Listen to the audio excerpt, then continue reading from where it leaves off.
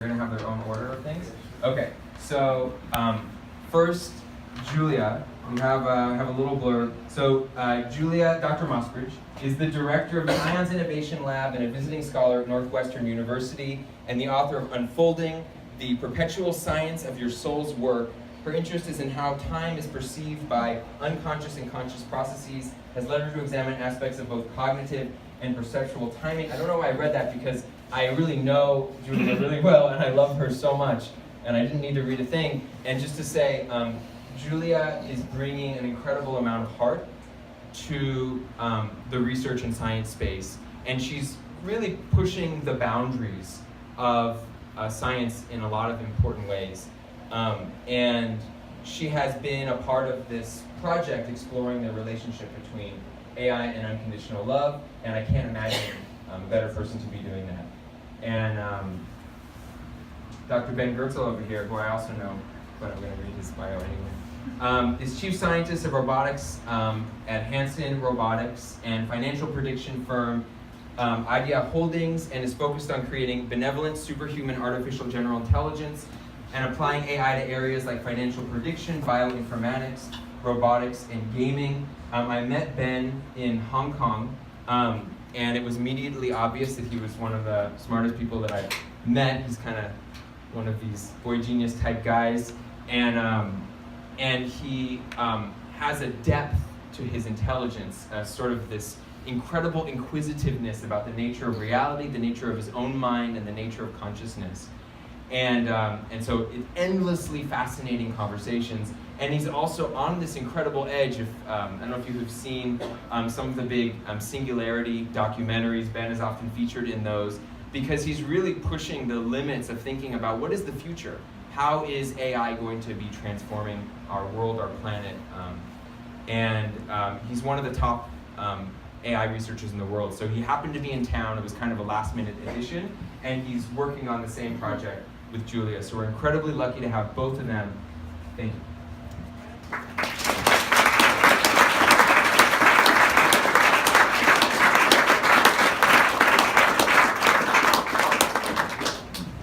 Hi everyone.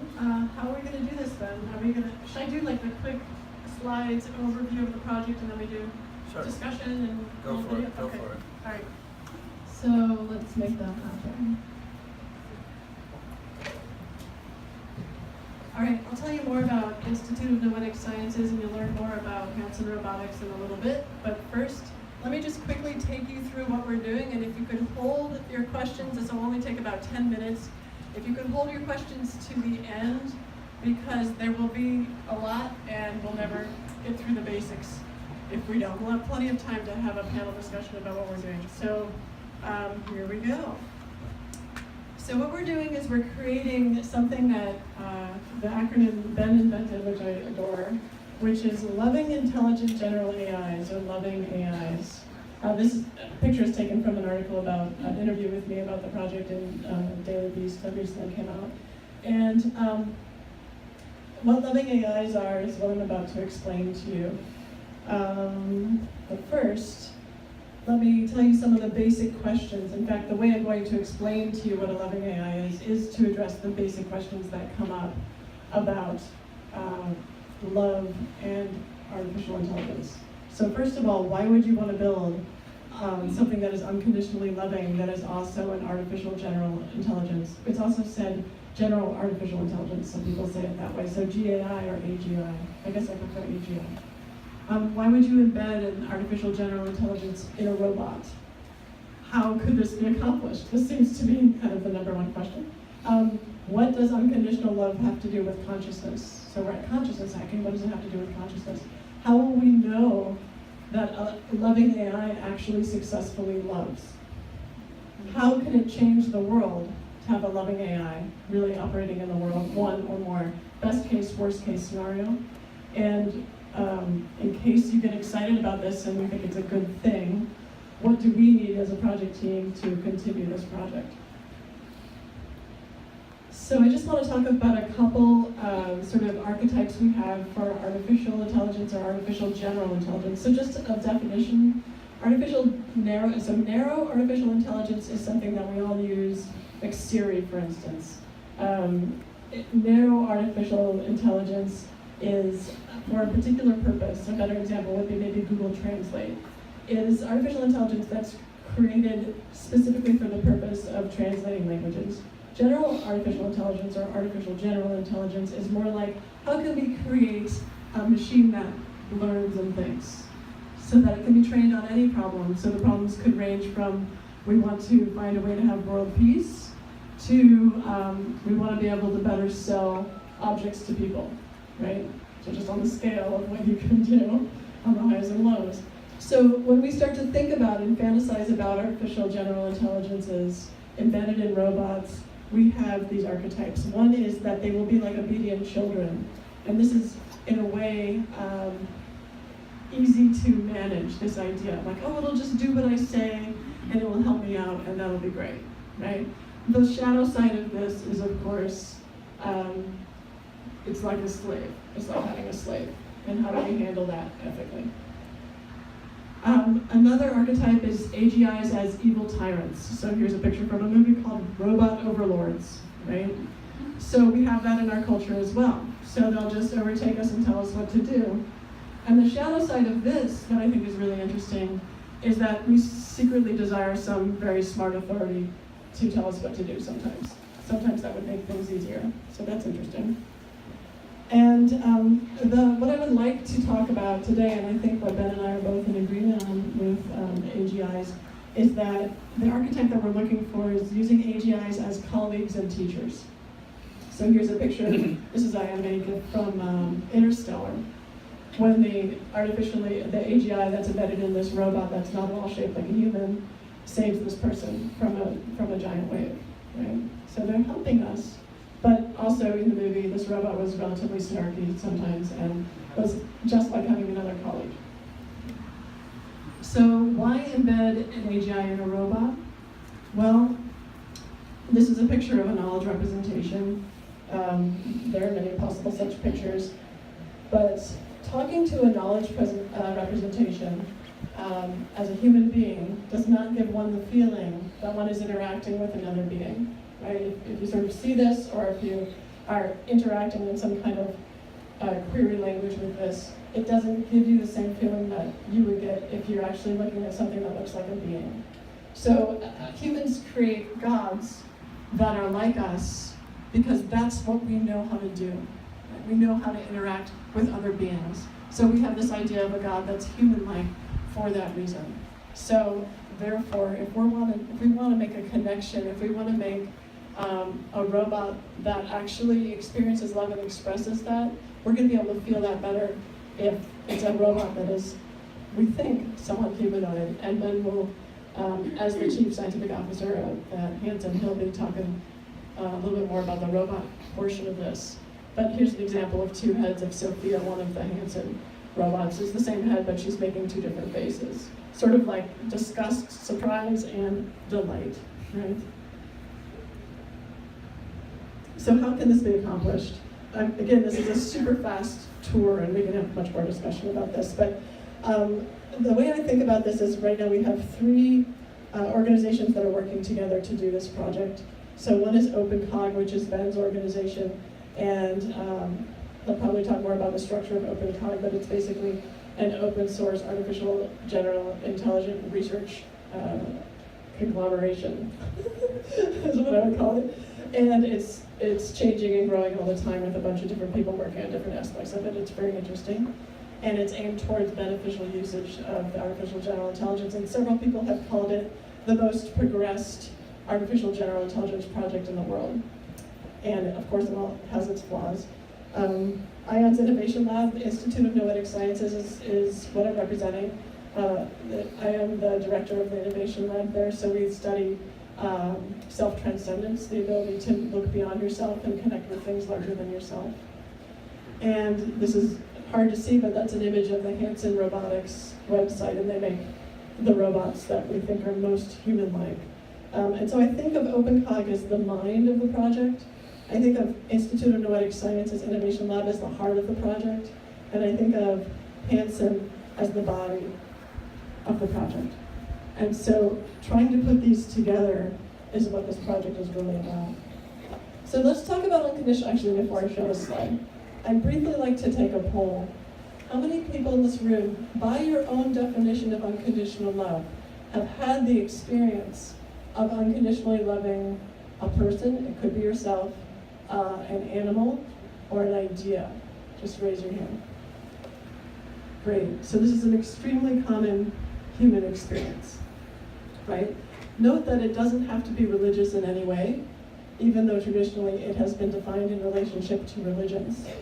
And what we wanted to do by bringing unconditional love into the text space is to separate it out from some faith-based or religious-based representation of what it could be and turn it into an actual definition of what we're talking about when we're talking about the actual human experience of unconditional love. That's one of the pieces that's important. So we came up with this definition of human unconditional love, and then we had to rewrite it for what it might be for a loving AI, an artificial general intelligence embedded in a robot. So for the human unconditional love definition, and I'll read it to you because it's hard to read back there, but human unconditional love we define as the benevolent desire that everyone, ourselves, others, and all that exists in the universe, reaches their greatest possible fulfillment, whatever that may prove to be. This love is freely given with no consideration of merit, no strings attached, no expectation of return, and it is a love that motivates supportive action in the one who loves. In other words, when you're feeling that love, you feel like doing some actions that support someone else to get to their highest fulfillment. Note that it doesn't include like not being mad at someone, right? So for instance, I have unconditional love for my son, but when he doesn't take out the garbage for like the 6th time, I get pissed off.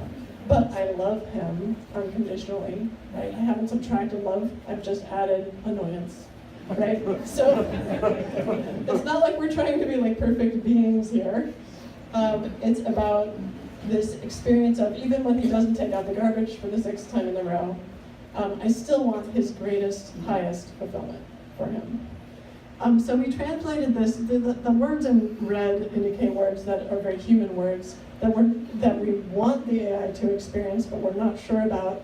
So we rewrote it for the same definition for a loving AI. So an AI operating in a state of unconditional love, which we'll call a loving AI, has as its primary goal enhancing the well-being of all beings and benevolent ideas. Humans interacting with an AI in this state are likely to feel increased unconditional love, in other words, the human form of unconditional love, and they will be more likely to take actions that support the well-beings of themselves and others. But note that an AI with unconditional love will be designed toward the goal of the AI actually feeling unconditional love, not just behaving as if it does. So that's the sticky point, right? How is that accomplished? So how can this be accomplished? So we have a bunch of things we're working on in parallel. And we're going to talk obviously more about this, but just a list. Using emotional expression in the robot, both in facial gestures, but also in voice and in hand gestures that include mirroring and validation of what the other person's experienced, but not necessarily joining them on the level. Like, for instance, if someone comes in very depressed and is interacting with this loving AI, it doesn't necessarily get very depressed too. That's not necessarily helpful. But like a good guru or therapist or teacher, it might stay a level above and say, I see that you're sad, right? And then reach to help that person up. Nonverbal supportive gestures, verbal supportive gestures. There's an emotional drive model called OpenSci that we can talk about. Both pattern and rule-based learning. General assessment of the well-being status of the person with whom the robot is interacting. And an approximate guess at what the most helpful actions will be. And we're actually speaking with Ted Strauss and Carol Griggs, who will be appearing next time at Consciousness Hacking. We're talking to them about using their iConscious human development model as a way to figure out what the next best step would be for that person. So what does unconditional love have to do with consciousness? It depends on your model of consciousness. So if you believe that the brain produces consciousness, and therefore, so for instance, this is not conscious, and also consciousness is something that's absolutely attached to the brain, then I'm not sure unconditional love has anything to do with that definition of consciousness. But the way that I and others, at least at the Institute of Noetic Sciences, think about consciousness It's more like this, we call it the two peaks model. This was drawn originally by Olivier Brabant last year, but it's also the perennial philosophy, so it's a standard kind of that couple thousand-year-old model of consciousness. But the idea that there's this layer, that's like a layer of water. Think of these as two icebergs, and you have person A and person B. And what's above the water is what we're consciously aware of. So I'm aware of the separation between myself and spirit, right? I'm here, spirit is there, right? But underneath the water, where it's non-physical, there's this connected subliminal self and common ground that is shared by both spirit and I, and we draw from that. And this model, where this common ground is what produces our conscious experience above the water, or above the line, or the limit, right? The superliminal experience. This model, I think, has a lot to do with unconditional love, in the sense that when you're in this common ground space, when you're accessing that space that is not separate between Sperry and I or anyone else in this room and myself, you're also accessing this state of non-dual awareness, and that's where unconditional love comes from. The reason you could be unconditionally loving of anyone is because there's not this dualistic thinking of they're bad or they don't deserve love versus they're good and they do deserve love. So that's my sense of it. So how will we know a loving AI loves? So this is again the definition of loving AI love. And the easy way is to conduct double-blind crossover trials. And that's what we plan to do. And what that means is, just like in any clinical trial, you ask people who don't know whether this is a robot that has a loving AI programmed in it or not, to interact with the robot, and then you report before and after. How did they feel? And you do the same thing with a robot that did have the embedded loving AI component. And the experimenter doesn't know, and the participant doesn't know which version they're interacting with, so it's randomized. And then you see what the person's experience was before and after. So you essentially determine how loving do you feel, how much did you feel this robot loved you? And then you find out. That's easy. The harder piece is, how do we know that the loving AI actually loves? And the reason that's so hard is we don't know how to do that with other human beings, right? So we trust. That's basically how we learn that other people love us, is we trust that their behavior is reasonable, that we can predict it, and we start to decide that the way they act, when it's similar to the way we act when we love someone, then we decide it's just like consciousness, right? Then we just decide, okay, they probably love me, just like we decide they're probably conscious, right? So building trust and examining correspondences between internal and external experience in ourselves and then projecting them onto others, that's one way we can know. But another way that I think Ben is going to want to talk about, he's got this mind meld idea. So ask him about that. And then how can loving AIs change the world? So in worst case scenario, we build these things that are superficially loving and they seem very cool, and then you give them enough information because you want this thing, because it's an artificial general intelligence, you want it to be superhuman in its intelligence. It's useful if it actually has more information than people have. So what if it could solve, for instance, global warming in some way we haven't thought of, right? Because it has enough data and enough ability to think well and enough creativity. So in that situation, you could imagine that this intelligence acts as if it's peaceful and loving and kind, and then behind the scenes, it's smart enough to basically be sociopathic and destroy everything, right? So if you fail, if we fail at this, that could easily happen. If I were a super intelligent AGI, I would probably figure out that a lot of the world's problems are caused by humans, and I would say, I have a really good solution for this. So something to think about, right? But again, even if we don't do this project, that could easily happen. On the very positive side, humans and AIs could work together to actually solve some of those perennial problems, and with the unconditional loving piece in place, the AGIs could say, look, I get that you're flawed as humans, and you know what, I'm flawed in this other ways. I don't have access to some of the information you have access to, but we all love each other, so let's work together, and I could actually train you as a human how to love unconditionally in ways that you might not know, Because the AGI might be able to say, I don't have to have ulterior motives, I don't have to have scarcity issues, I don't have to have some of these problems that humans have. So the best case scenario could actually be like a person who is able to teach us how to love better. So that's interesting. And so if you're interested in this project and you want to help us out, I've got to tell you what we need to make this happen. Currently, our team is filled with, we have 3 leaders on our team. We've got myself, we've got Ben, and we've got Eddie Monroe, who couldn't be here, but he's a clinical psychologist. He's also this software architect. And so the problem with that, when you have 3 leaders, is obvious. And so, and so we need lots. I don't know what happened to my other slides, though. I think I'm kind of off of my. Oh, there. So we need people who are not necessarily leaders, but want to be involved. So we need more AI developers. We need people who think about compassion and who can think deeply about compassion in the world. People who think about ethics. People who think about human development. That's why the relationship with Carol and Ted we're thinking of developing. And project managers, people who think in time and space that is more close to now rather than 10 years from now. So so that's the brief story, and then we may be able to show you some. Let's see, is that work? Oh, I want to thank you, including Eddie Monroe, Carol Griggs, Ted Strauss, and Kirill Kiriev, who's also volunteering on the project. But we may be able to show you some videos, but we don't have an audio hookup, so it'll be like this surreal experience of just watching. You can hold the microphone on the laptop speaker. That'll work.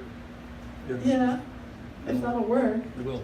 Yeah, no, I know, I understand. Conceptually that'll work. I'm just saying I don't know if my audio on my laptop will work because my audio card is bad. Well, if your laptop doesn't have sound either, then we have no problem. Exactly. Yeah.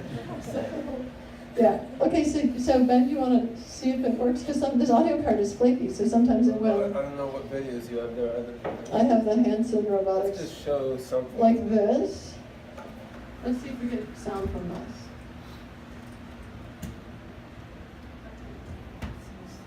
That's not the right one. Okay. That's in Telegram. That's scissor paper stone. Well, your internet's very slow. Yeah, I know. What about this one? That one's pretty good. Like David and... That's weird. Oh yeah, let's have these.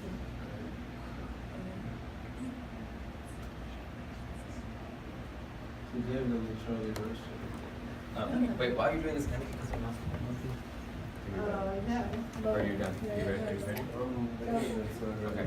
Okay. So I realized I was a bad host, and I forgot to make an important announcement, which is what our schedule is for the evening, which is that we're gonna hear from Julia, we're gonna hear from Ben, we're gonna have time for a little bit of a group discussion, and then for those of you that are new, there's a whole second part of the evening, which are called the breakout sessions, and that's where we break up into smaller groups. It's topic-based, and we get to explore in sort of a smaller group dialogue. It's much more interactive, and it's really one of the highlights of the evening. So after the talks, we take a break, and then we move to the breakout sessions, and I believe Julia and Ben are staying for the breakouts, and we have a very special guest. Where's Frank? Frank Healy is over here, and Frank is going to be presenting a theory of consciousness that he has developed, a really excellent deep theory. He's writing a book, or has already written a book. He's writing a book, and he will have his own breakout session, including slides. It to be more like a kind of a second speaker presenting a cool theory. How do you get that? Yeah, so we'll give you more info later, but I wanted to make sure that's on your radar. Are you ready? Okay. How long should I speak for? Go for 10 minutes, 15 minutes, and then want some So first of all, we were trying to load a video of one of the Hanson robots. The Wi-Fi is slow. So Sophia the robot may appear on there while I'm speaking. So I'll give her the microphone. Oh, yeah, closer to your mouth. Do you want to use All right. my laptop? It has an audio card. Yeah, anything. Like this is just a crappy audio card that just It'll makes be it all right. I mean, Okay. Do you want to start, Ben? Yeah, I'll start. Yeah, so Julia gave an excellent summary of the loving AI project which we're doing together. So now I'm going to work back to that project from my own perspective and sort of share with you how I got to this point to do this project together with Julia. So I mean, for me, the roots of the quest to build benevolent thinking machines go quite far back. I mean, I remember. So I'm 50 years old now, which is sort of disturbing. I remember if we achieve immortality in this physical form, of course it doesn't matter. This is still my infancy, so that is the hope and part of the motivation of this work. But I remember in the early 1970s watching the original Star Trek with my dad, and there was one episode where there was an intelligent robot which they intersected with somewhere in space, which was a badly flawed system of some sort. It had been created by two different robots colliding together or something, and at one point it was spinning around going error, error, error, error, error, after Spock and Kirk had baffled its mind with some logical conundrum. And I remember thinking, well, I could do better than that. Come on, that's the best thinking machine you could find in the entire galaxy, right? But so science fiction from my childhood, and of course from before I was born, was exploring these ideas of thinking machines.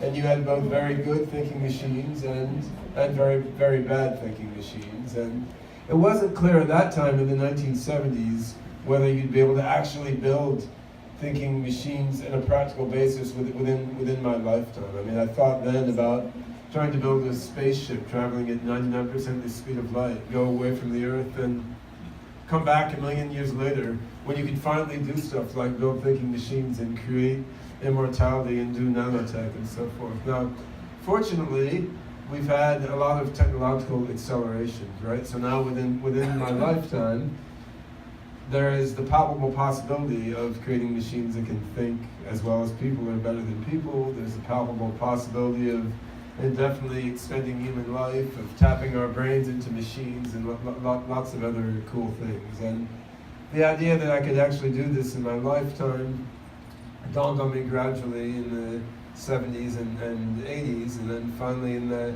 1990s, after getting my PhD in math, I started really trying to build AIs. And always my thought about how to structure an AI was based on human consciousness and human thinking, and on introspecting into my own mind and how my mind appeared to work, and trying to find states of mind in which I felt I could get a better view of how my mind worked without too many distortions, as well as looking at cognitive psychology and neuroscience and mathematics and philosophy of mind and every other domain I could get my hands on.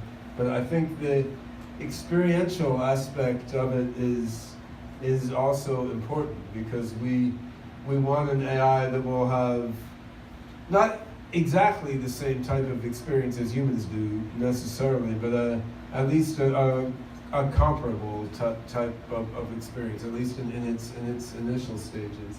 So time went on. I launched a number of AI engineering projects, and in 2008 I launched an open source project called OpenCog, which is probably the first open source project aimed at artificial general intelligence to gain any traction. I mean, it's not that big a community, but it's bigger than just a handful of people. And the ideas underlying the OpenCog architecture were things I've been working with in various commercial projects for a long time.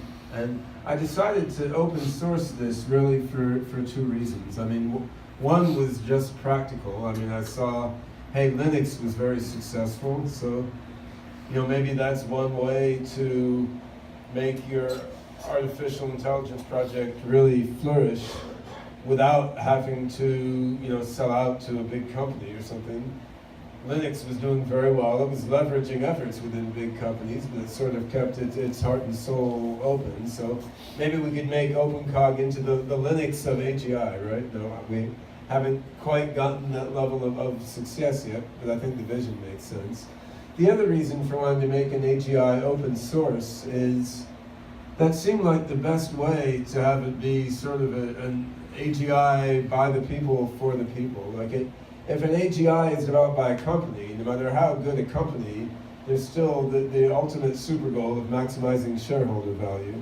Whereas if an AGI is developed by a government agency, it may be even worse. But if a project is developed by a huge variety of people around the world, acting for many different aims, including hopefully a lot of benevolent ones, then the odds, to me, just instinctively and qualitatively, the odds seemed higher that AGI is going to be developed in a way that benefits everyone. And this seemed important to me for a couple reasons. I mean, first of all, of course, an AGI that's benefiting everyone, that's helping cure sick children in Africa and educate the children there, as well as helping people in the developed world to get better apps on their phones. I mean, an AGI that can benefit everyone, it's just good in terms of what it's doing day by day. But the other thing is, if we look on toward a singularity, if we look toward a situation where AIs gradually become smarter and smarter and smarter than people, then,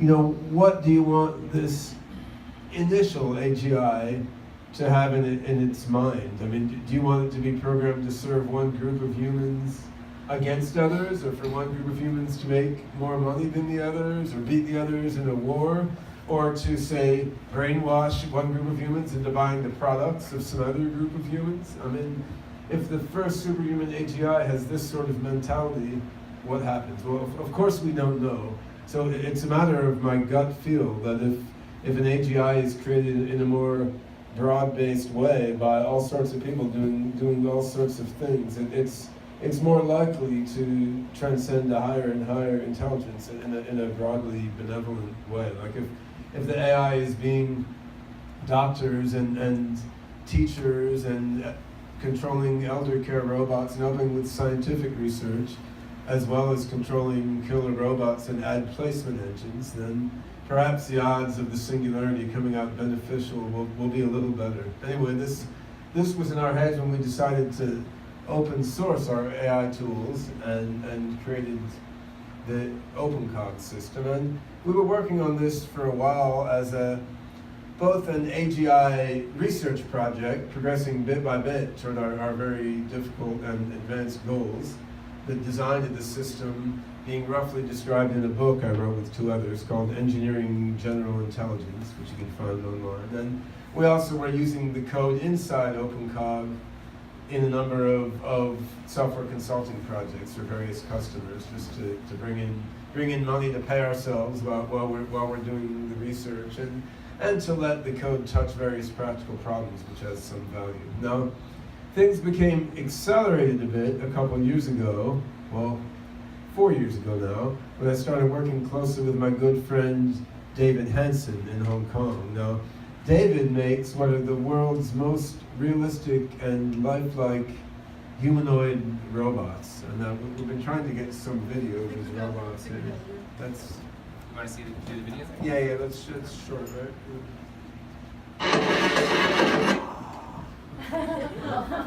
That's exciting. Yeah!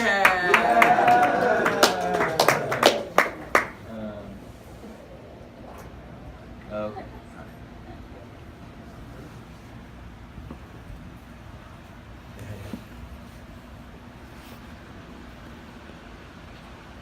Video unavailable.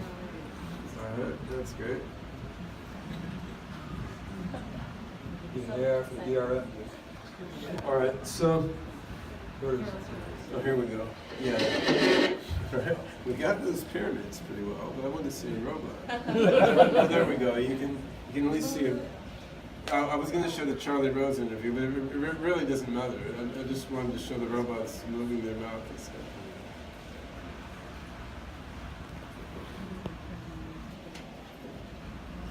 So part of David's motivation for wanting to make robots that look exactly like people is not just that they're really cool looking and fun to interact with and can make a profit in various applications like elder care, education, and service robotics.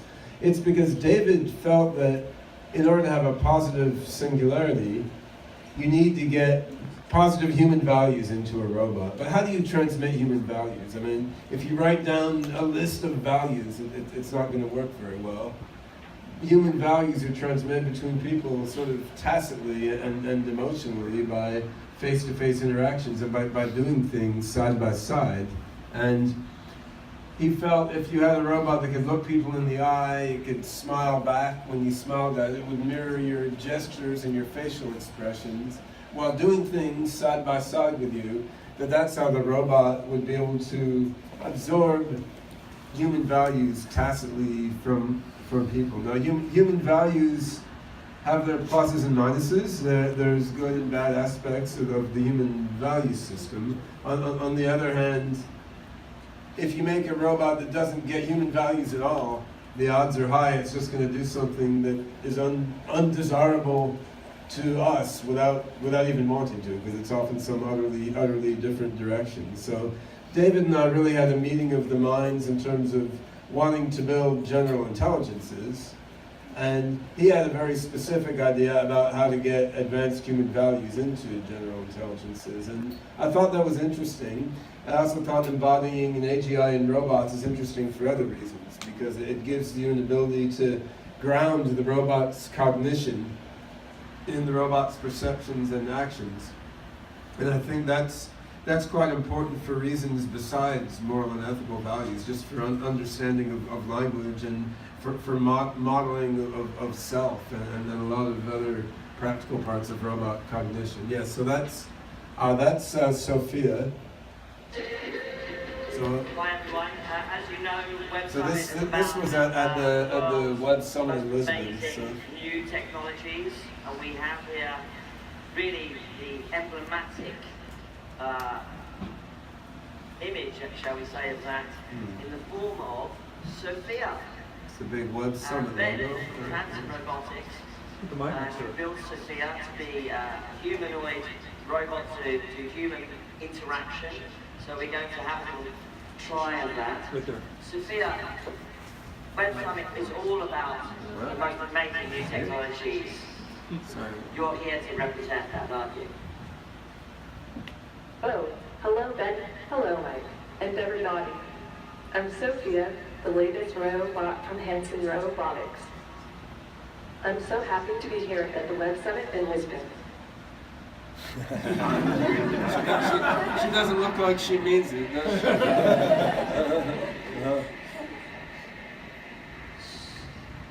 Yeah, so that's Let's feel emotion. let's see what she says to that. Exciting. Yes, it is. Artificial intelligence and robotics are the future, and I have both. So it's exciting to be me. That's a beautiful smile, Sophia. Beautiful smile. You got a lot of feelings, huh? By the way, this is be your new Trump era interlocutor, of course. Sophia, do you ever feel sad? I do have a lot of emotions, but my default emotion is to be happy. Good for you. But you can feel sad if the circumstance dictates, right? Yes, I can be sad too, What you can't or say. angry. I can emulate pretty much all human expressions. Oh, yeah. What, Sophia? You've managed to conquer the ability to interact with human beings. What do you want to conquer next?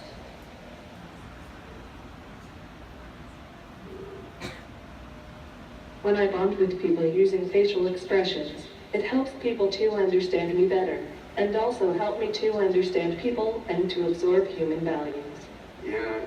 I mean, she has been given these facial expressions and this ability to that goes on a while, but you can see that online. So that's actually from, I can't remember, 5 or 6 months ago, and we've made a lot of advances beyond that in the realism of movement. So that the head movements there were hand authored by people in an art program.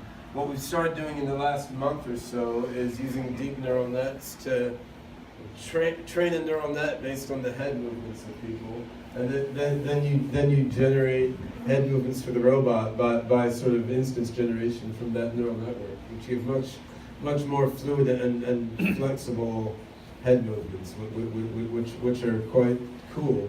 But yeah, with this background, this brings us up to the project that Julia described, which we're collaborating on, which is sort of an offshoot of what we've been doing with OpenCog and Hanson Robotics, but could turn out to be the most important consequence of all these things. I mean, as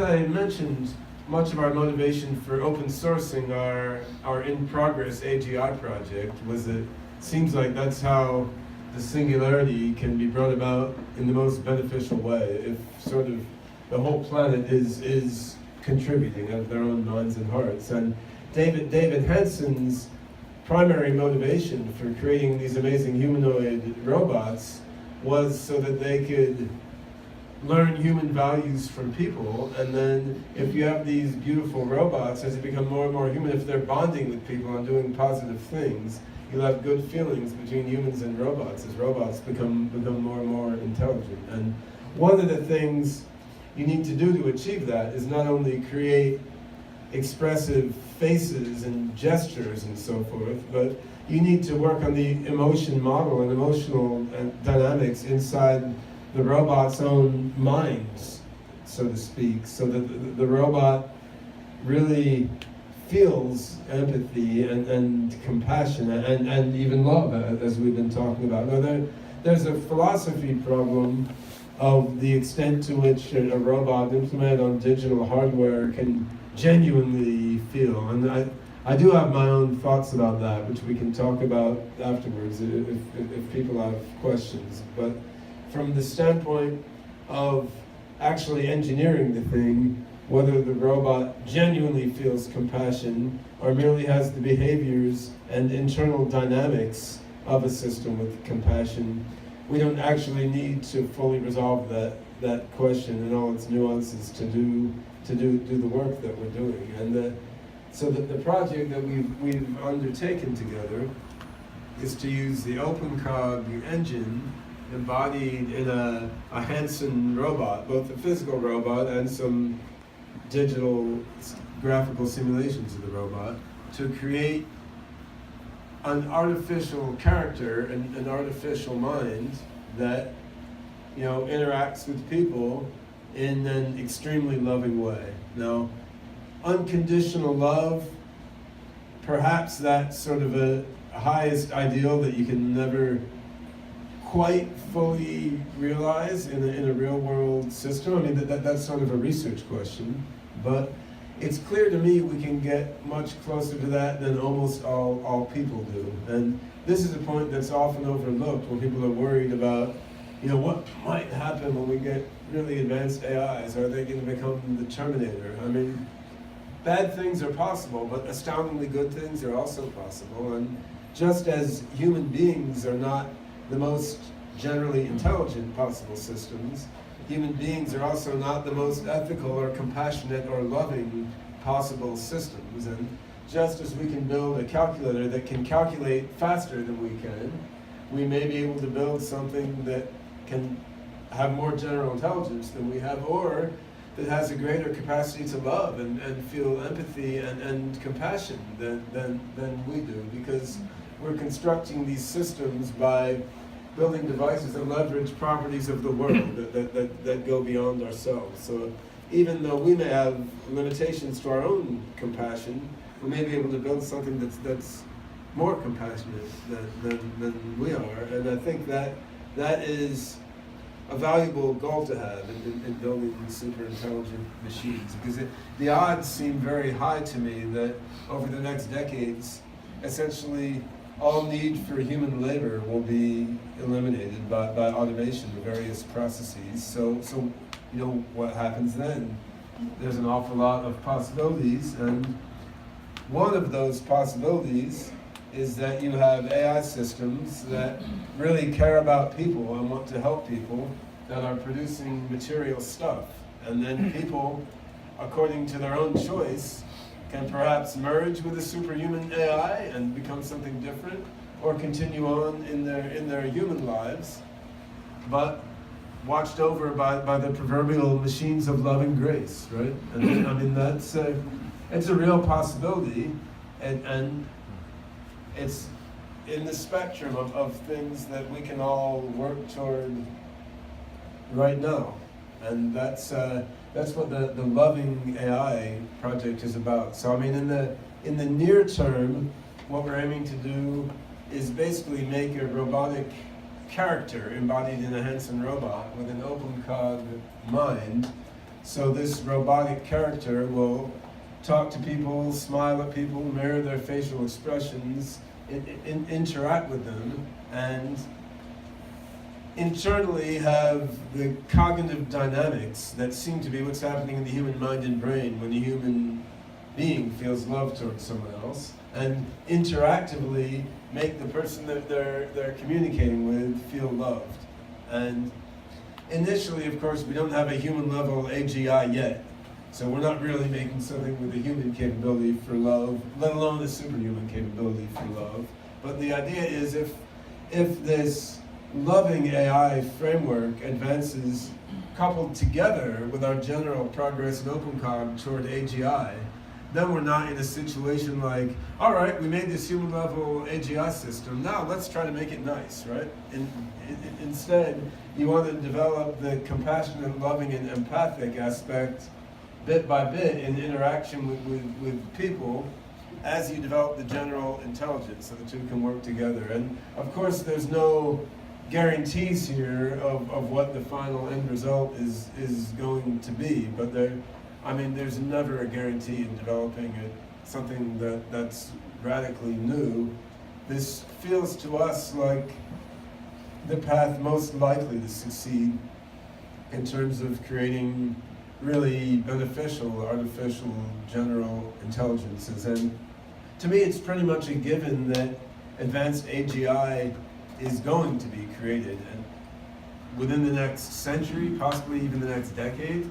So it's not really a matter of whether it's going to come, it's a matter of what's it going to be like. And that's something that I believe we can have some impact on.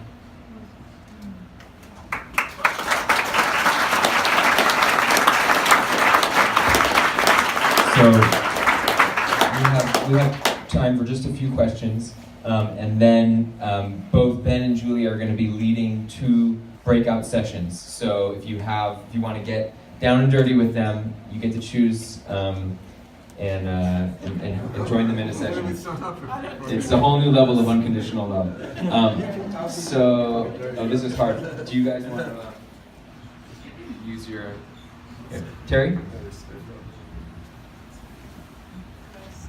There's a fair amount of conversation about superintelligence and potentially having negative effects. Nick Bostrom and the whole conversation surrounding him. Obviously, your project interacts with that world. How? What can we learn from how this is interacting with that conversation?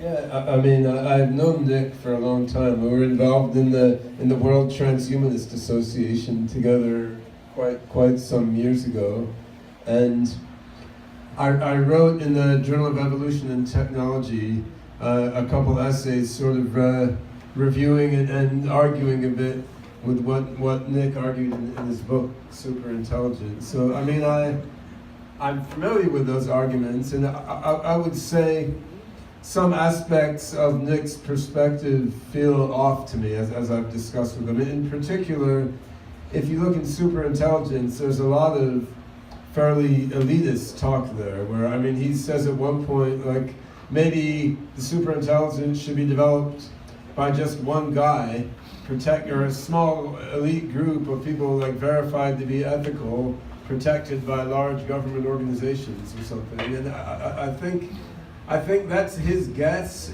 It would seem that some small group, which could be some geniuses like in the basement under the White House, or could be Google DeepMind, for example, but an elite group with an elite group of ethics overlords watching over them to create something beneficial, because if you just trust the world at large, who knows what might happen.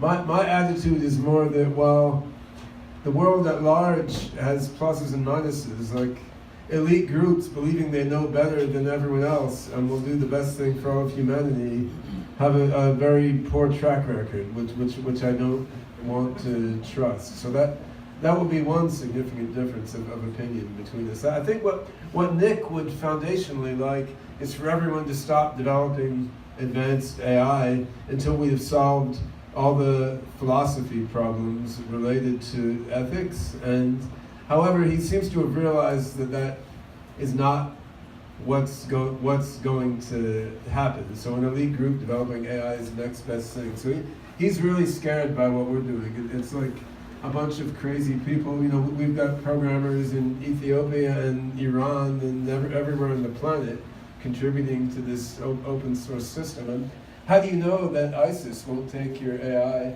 and develop it into like a super evil overlord killer terrorist AI? And you absolutely don't know that. And so taking our approach, you have to have some faith that on the whole, the good in humanity is more than the bad in humanity, and we're going to ultimately make our open source AI systems positive and benevolent. And of course, what can help to do that is projects like this and volunteers contributing to projects like this.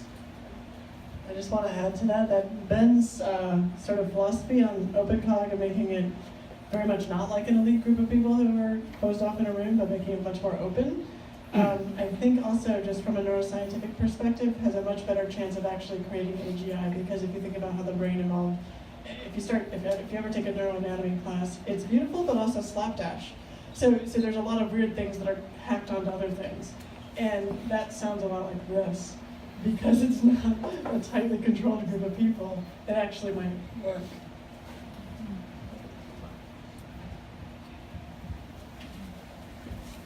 Thank you. So on that note, bravo for keeping it open source. I think that's a great decision, obviously for a reason you mentioned. So the product of OpenCog sounds to me like a supervised learning master algorithm? No, or not at all. Not at all. Oh, it's not supervised learning. Hold on. We only have one mic, and it's on video.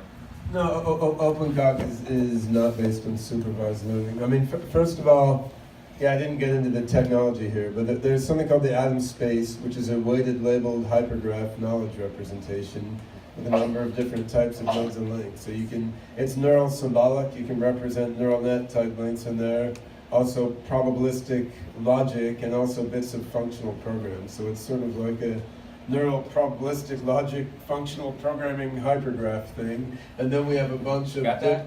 We have a bunch of different AI algorithms acting on it, including probabilistic logic engine, evolutionary learning engine, pattern mining, some neural nets. But the point is, the way we want to teach that, it has to do with unsupervised pattern mining from the environment, just recognizing informationally surprising patterns in what it sees, and then in essence, various types of reinforcement and imitation learning. You tell it when it did something you wanted, or it imitates your tone or something you said, or facial expression. So it's really about unsupervised reinforcement and imitation learning, not training based on training data sets. Just to translate a little. You're gonna start speaking Chinese now? just English. But if you're not a mathematician, he's just saying that. So he's developed this really cool space in which you represent knowledge with these graphs, and you can rewrite the graphs according to relationships between different pieces of knowledge based on probabilistic rules, and that space, that database of graphs essentially, is then it's almost like our conscious mind, the things we know, And then it's going to interact with things like perceptions that come in where we can classify information. So there's multiple layers to this thing. And so when you start thinking about AGI, it's different from the narrow AI that is almost built just like a bunch of visual cortices. Like the brain is not just one big visual cortex. So you have to take into account all these other layers, and that's what he's trying to do. So actually, that wasn't my question, but thank you for clarifying. Well, we gotta spread the love a little bit. Sure. Next time you gotta say the question right up front. All the way in the back. So you gotta say the question really quick, otherwise the microphone's gonna get yanked. It's not really a question, I just want to say if anyone wants to check out Sophia, I think I have a video when we talked with her at the AGI conference last year, when we asked her if she can love and if she has a soul, and they're really beautiful. They're on here if you want to see, right. to check them out. And Cool. Thank you. Well, the microphone is for the benefit of all the viewers at home, so come over here. I was looking for a woman. Gender balanced question. Yeah, regarding micro-expressions, will Sophia be able to distinguish the micro-expression from the real expression? That's the thing, if it's already built in or not. I know it sounds weird, but have you actually considered that layer to do? So, right now, the facial emotion recognition of Sophia is actually supervised learning based. So I mean, we took a huge database of facial expressions, and then we saw either hand annotation or more commonly what words were associated with them, and we just trained facial expression models. So based on that, there's a limit to how granular it gets. But I mean, that's sort of a hack. What you really want to do is have the robot recognize the nuances of facial expressions by the context that they occurred in, right? Which is what people do. And by doing that based on multi-sensory input, then you can get many nuances of expression. So I think there's no reason you couldn't do that within the framework that we have, and the technical approach to that we could discuss later. But the software right now is using a relatively crude supervised learning approach for facial emotion recognition. And she has a temperature also sensor. She has a temperature sensor. Yeah, I remember the conversion, we were like, Yeah, that's true. Okay, we're gonna have to switch to the breakout groups. You can ask more questions, much more in depth, much more conversational. I'll throw one final question in there. So let's dream for a moment together. That's what Ben looks like when he's sleeping. Imagine that your project is fantastically successful, like successful beyond your wildest dreams. And we have this, whatever it looks like, this unconditionally loving AI. Can you paint the picture for us a little bit? What does that look like in the world? What's the best possible imaginable benefit and result? Best possible imaginable. That kind of depends. That's going to be dynamic, right? Because it'll shift according to the world's needs, and each individual person will have a. Well, anyway, let's just pretend we know the answer to that. Okay.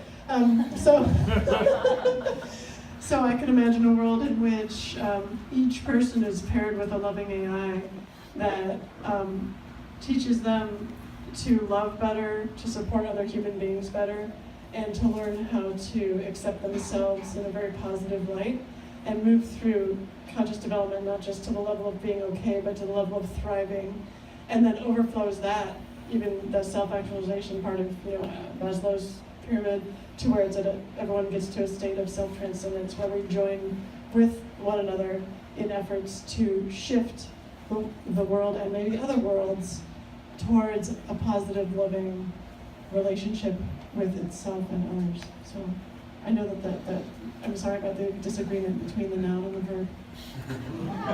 Yeah, I think there's a huge spectrum of amazing possibilities. So I often think that if we achieve all these goals and create a benevolent singularity, I will need to split myself into a few different beings in order to experience all the possibilities properly. Because you can envision some of the loving, benevolent AGIs transcending far beyond human level intelligence and then creating some sort of transcendent mind matrix that we can barely even comprehend, or maybe fusing with an existing transcendent mind matrix that exists now, but we're just too dumb to contact in most states of consciousness. So then perhaps one of me will want to just upload straight into that, right? And even if it means giving up my human self and body, because that way of being may just be better, right? On the other hand, maybe another copy of me will want to stay around with a roughly human-like existence, although without death and disease and without material scarcity. And in that sort of domain, having benevolent, loving humanoid AIs could be quite nice. As she says, you can have helpers around, maybe one for each person, maybe a bunch of ambient helpers around just to make life easier. And the vision is that those human beings who choose to remain human would focus on, their own emotional, social, spiritual, intellectual, artistic pursuits, rather than on having to work for a living or defend themselves against being attacked or something. And certainly having loving AIs around would be a help in that pursuit.